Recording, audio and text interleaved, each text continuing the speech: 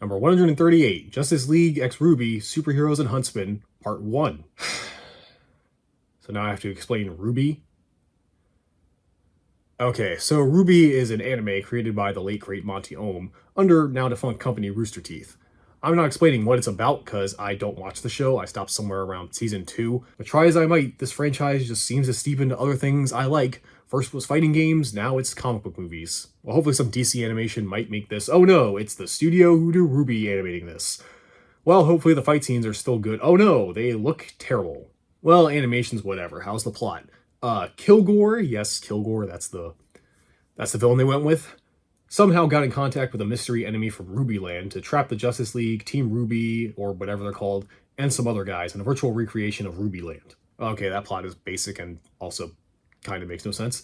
Well, what about the character interactions? That's the bread and butter of a crossover, right? Now, I haven't talked about it because the other crossover films have not done this, but the cardinal sin you can do in a crossover anything is you make one side feel more important than the other side. This film was clearly written by Ruby people who have a very base level understanding of the DC universe. Like a common thing in a crossover is to poke fun at each franchise about all the stupid stuff, like, hey, your thing's stupid, but hey, the thing you've got over there is also pretty stupid.